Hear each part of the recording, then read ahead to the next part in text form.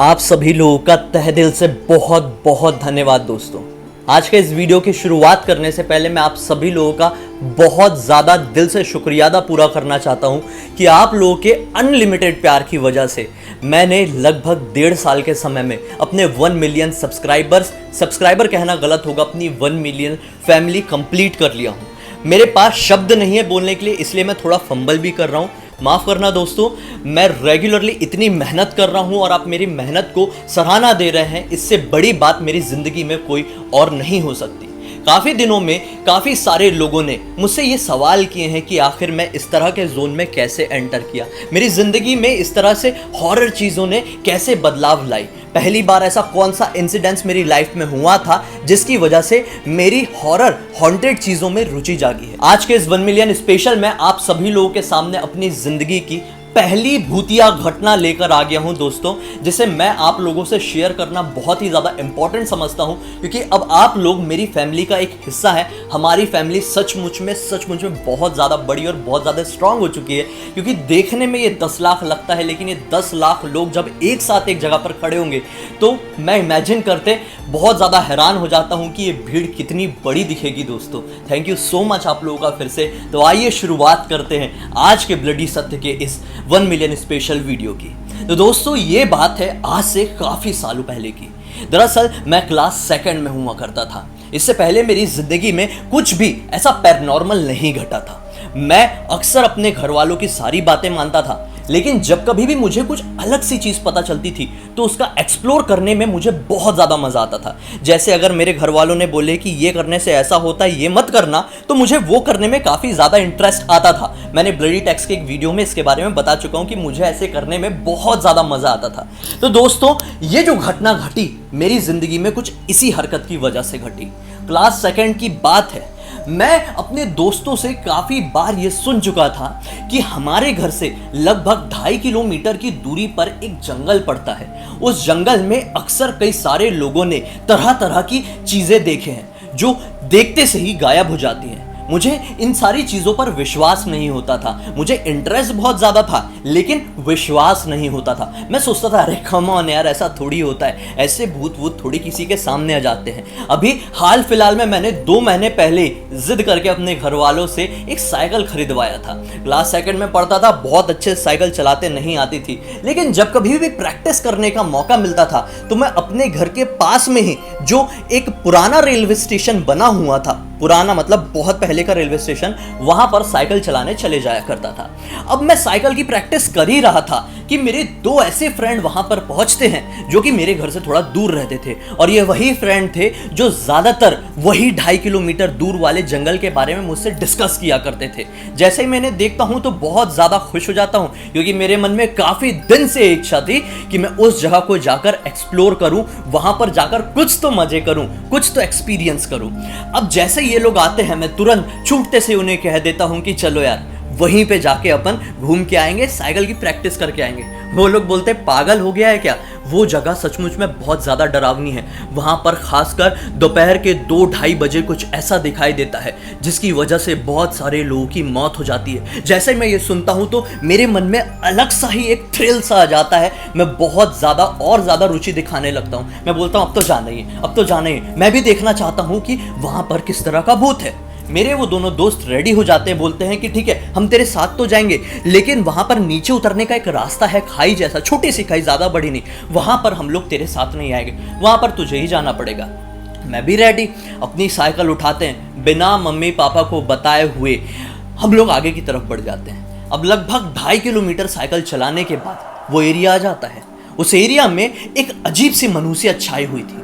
वो सचमुच में बहुत ही ज़्यादा क्रीपी दिख रहा था।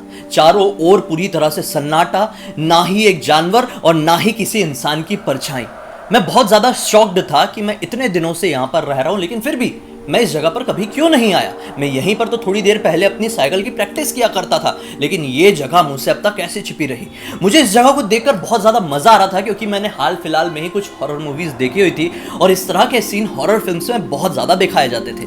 मैं बोलता हूँ कि उन्हें चलो नीचे चलो, लेकिन मेरे दोस्त लोग वहाँ पर जाने से पूरी तरह से इनकार कर देते हैं। मैं अपनी साइकिल मेन स्टैंड पर लगाता हूँ और बस पैदल ही नीचे की तरफ बढ़ जाता हूँ। मैंने स्पोर्ट्स शूज़ पहने हुए थे जो काफ़ी ज़्यादा स्ट्रॉन्ग थे। मुझे आज भी याद है, मैंने ज़िद करके फिर से ये घर वालों से खरीदवाया था। वो जो लाइट वाले जूते होते हैं ना, जिसमें नीचे लाइट जलती थी, पुराने ज़माने में चलते थे, अभी भी चलते हैं, तो वो वाले जूते पहना हुआ था। मैं नीचे की तरफ बढ़ जाता हूँ और अचानक से मेरे पैर में एक बहुत ज़्यादा झटका सा लगता है। वो मेरे लेफ्ट पैर में झटका लगा था।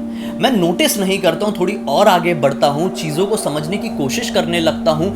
यहाँ पर चारों तरफ पेड़ थे, पूरे सूखे सूखे पेड़, लेकिन ऐसा लग रहा था कि यहाँ पर सचमुच में कोई है जो मुझे दिखाई नहीं दे रहा है। शायद ये मन का वहम था, एक मन का डर था जो सामने मुझे फील करा रहा था। शायद ऐसा हो सकता है कि वहाँ पर सचमुच में कुछ अजीब सा था, कुछ पैरानॉर्मल था। खैर, अभी आगे आप लोगों को समझ में आएगा कि वहाँ पर क्या था। मैं लगभग 10 कदम और आगे बढ़ता हूँ। मेरे लेफ्ट वाले पैर में, जिसमें मुझे झटका सा लगा था, कुछ गीला गीला सा फील होता है। मैंने जूते तो पहने हुआ था। मैं अचानक से जूता ऐसे उठाकर देखता हूँ तो उस जूते में नीचे की तरफ छेद हो चुका था। मैं बहुत ज़्यादा घबरा गया और अब मुझे दर्द का एहसास होने लगा। मैंने तुरंत ही वो जूता निकाल कर फेंका और पाया कि मेरे पैर में लगभग इतना लंबा बुरी तरह से कांटा अंदर घुस चुका है। मुझे बहुत ज़्यादा पेन होने लगा जिसकी कोई लिमिट नहीं थी। मुझे ये समझ में नहीं आया कि ये गीला गीला सा क्या फील हो रहा था। कहीं खून तो नहीं था? वो खून तो बहुत ही कम था, बहुत ही नॉर्मल। इतना लंबा कांटा घुसा हुआ था लेकिन मुझे बहुत ही कम खून आ रहा था। अचानक से मेरे राइट पैर में भी दर्द होना शुरू हो जाता है और ये दर्द मेरे लेफ्ट वाले पैर से, मतलब जिसमें कांटा गड़ा हुआ था, उस वाले दर्द से ज़्यादा दर्द हो रहा था। मैं बहुत ज़्यादा हैरान था। अब मैं ज़ोर ज़ोर से चिल्लाकर रोने लगा। मेरे फ्रेंड्स लोग भागते हुए हिम्मत जुटा के, सब कुछ छोड़ के, भूतिया चीज़ें भूल के नीचे की तरफ मेरे आए। और अचानक से जब मैंने अपने राइट वाले पैर का शूज़ और सॉक्स उतारा तो मैं बहुत ज़्यादा हैरान था, क्योंकि मेरे राइट वाले पैर से सचमुच में बहुत बुरी तरह से खून बह रहा था। खून इतना ज़्यादा था कि मैं देख नहीं पा रहा था, मतलब कि मुझे ऐसा लग रहा था कि मैं बेहोश हो जाऊंगा। मेरे दोनों फ्रेंड्स भी देखकर रोने लगते हैं ज़ोर ज़ोर से। अब मैं वहाँ पर अपने पैर को साफ करने की कोशिश करने लगता हूँ, लेकिन वो खून नहीं रुक रहा था। मुझे समझ में नहीं आ रहा था कि मुझे घाव कहाँ लगा हुआ है।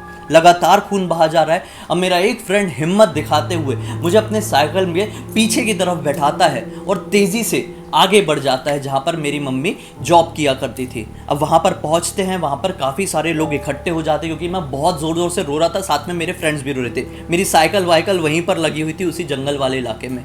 जैसे ही मेरी मम्मी ये सब देखती है, मुझे बहुत ज़्यादा डांटती है और लोग इकट्ठे होते हैं, मेरे पैर धुलाए जाते हैं। समझ में आता है कि जिस पैर से खून बह रहा था उस पैर में चोट लगी ही नहीं थी, लेकिन उस पैर में इतनी बुरी तरह से दर्द हो रहा था जिसकी कोई लिमिट नहीं थी। अभी भी कांटे वाले पैर को लोगों ने ध्यान से नहीं देखा था। फिर मैंने बताया कि कांटा यहाँ पर लगा हुआ है। जब वो कांटा निकाले नहीं निकला तो पास में ही एक डॉक्टर मौजूद था, उसके क्लिनिक में मुझे ले जाया गया और डॉक्टर ने वो कांटा निकाल कर स्टिचेस लगाए। लेकिन वो डॉक्टर भी हैरान हो गया कि मेरे राइट वाले पैर से क्यों खून बह रहा था। चोट तो मुझे लेफ्ट वाले पैर में लगी थी, लेकिन जो खून है मेरे राइट वाले पैर से बहुत ज़्यादा बह रहा था। अब ये डॉक्टर ने कहा कि अगर कुछ समझ में नहीं आया तो अब क्या करेंगे, इसका ब्लड टेस्ट करना पड़ेगा। ऐसा क्यों हो रहा है हमें क्लियर नहीं हो पा रहा है, क्योंकि वो डॉक्टर भी छोटी जगह का था, वो भी शायद ये सारी चीज़ को नहीं समझ पाया था। अब उस रात को जैसे तैसे करके मुझे डांट पड़ती है, पापा से भी, मम्मी से भी, और नॉर्मली सो जाया जाता है। वो ज़िंदगी का पहला दिन था जिसमें मुझे घर पर बहुत बुरी निगेटिविटी फील हुई। उसी रात को गर्मी के मौसम थे, जितना मुझे अच्छे से याद है, मेरे घर में मेरे सामने जहाँ पर मेरा पैर रहता था उसके थोड़ी ही दूरी पर कूलर चलता रहता था। उस टाइम की बात है। तो मुझे अचानक से दिखाई दिया कि कूलर के पास एक बड़ी सी आकृति खड़ी हुई है जो कि बड़े ही डरावने तरीके से मेरी तरफ देख रही है और एक वियर्ड से स्माइल दे रही है। उसे देखकर मैं बहुत ज़्यादा ज़ोर से डर गया और मैं ज़ोर से चीख के जैसे ही उठा, जिस रूम में कूलर लगा हुआ था, मतलब दहलीज थी, दहलीज पे ही कूलर लगा हुआ था और उसके बाद जो रूम स्टार्ट होता था वहां पर एक बल्ब लगा हुआ था जो कि बंद था। वो बहुत जोर से ब्लास्ट हो जाता है। इस आवाज के कारण मेरे मम्मी पापा दोनों उठ जाते हैं, क्योंकि मैंने चीखा भी था। मेरे चीखने के कुछ ही पलों बाद वो बल्ब भी ब्लास्ट हुआ था। भागते हुए पापा अंदर की तरफ जाते हैं तो समझ नहीं पाते हैं कि ये बल्ब क्यों ब्लास्ट हुआ है। पूरे रूम में कांच ही कांच थी। मैं उठकर देखना चाह रहा था, समझना चाह रहा था कि आखिर ऐसा क्या हो गया है, लेकिन सच में वहाँ पर मुझे जाने नहीं दिया गया। अब ये रात भी जैसे तैसे करके बीती। अगले दिन मुझे बहुत तेज़ फीवर आ गया। ये फीवर बहुत ही ज़्यादा बुरा था, बहुत ही ज़्यादा दर्दनाक था मेरी लाइफ के लिए। उसी रात में बहुत तेज़ बारिश शुरू हो जाती है। सब लोग हैरान थे कि गर्मी का मौसम, ये बारिश एकाएक कैसे शुरू हो गई। बारिश हो ही रही थी कि लगभग 1 घंटे की बारिश के बाद रात के 2:15 बजे के आसपास बारिश पूरी तरह से बंद हो जाती है। ये लगभग वही टाइम के आसपास का टाइम था जब मुझे दिन में ये कांटे वाला कांड फील करना पड़ा था, मतलब फेस करना पड़ा था। जैसे ही बारिश बंद होती है, हमारे घर के सामने वाले आंगन से हमें किसी की आवाज आने लगती है, जैसे कि कोई झाड़ू लगा रहा है। अब ये बहुत ही वियर्ड बात थी, क्योंकि हमारे घर का जो आंगन था, आंगन के बाहर एक मेन गेट था, जिस मेन गेट को लांघ के कोई अंदर नहीं आ सकता था। वहां पर केवल और केवल हमारा ही घर था। पापा और मम्मी दोनों हैरान थे कि जब बारिश अभी हुई है, बाहर गेट में ताला लगा हुआ है, तो अंदर वाले आंगन से कैसे झाड़ू लगाने की आवाज आ रही है। सब लोग बहुत ज्यादा घबरा गए। पापा बाहर निकलकर देखना चाह रहे थे, लेकिन मम्मी ने रोक लिया। बोले आप नहीं जाओगे। इन पापा बोलते हैं कि मैं देखूं तो कौन है। मेरे पापा शुरू से डेयरिंग वाले थे काफ़ी ज़्यादा।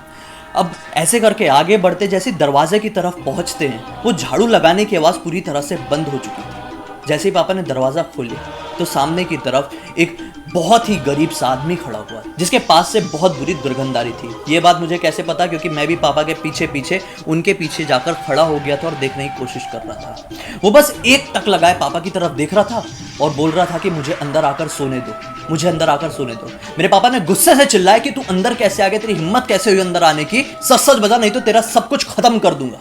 उतनी ही देर में वो बस वियर्ड सी स्माइल देता है कि पापा गुस्से में वो दरवाज़ा उसके मुंह पर मार देते हैं, दरवाज़ा बंद कर देते हैं। एग्जैक्टली 5-7 मिनट तक तो सब कुछ नॉर्मल रहता है, लेकिन फिर से थोड़ी देर बाद हमारे बाहर की तरफ से कुछ पायल और घुंघरू जैसी आवाज़ आने लगती है। ये बहुत ही डरावना मंजर था। मैं बहुत घबरा रहा था, मेरा बुखार और बढ़ चुका था, मैं डर के मारे काँप रहा था। पापा उठकर बाहर जाने की कोशिश कर रहे थे, लेकिन मम्मी ने स्ट्रिक्टली इस बार पापा को बाहर जाने से मना किया।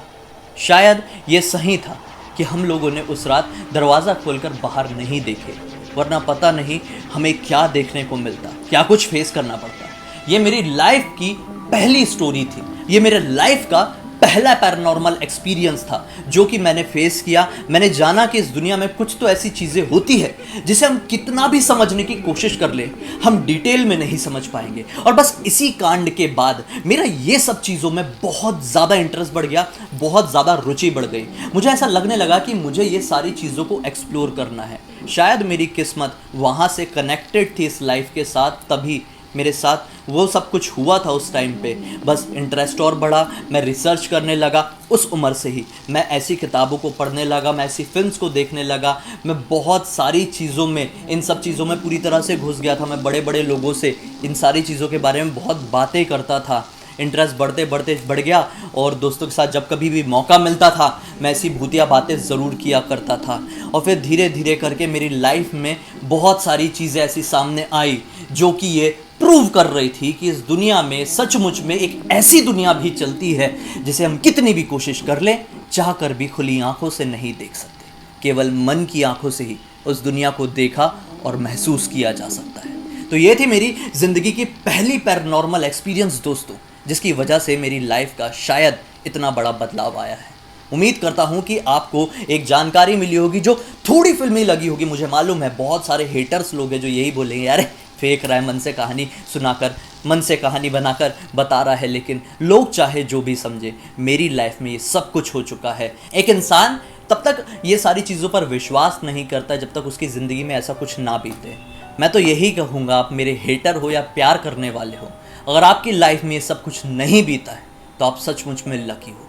लेकिन इसका मतलब ये नहीं है कि ये सारी चीज़ें एग्जिस्ट नहीं करती है।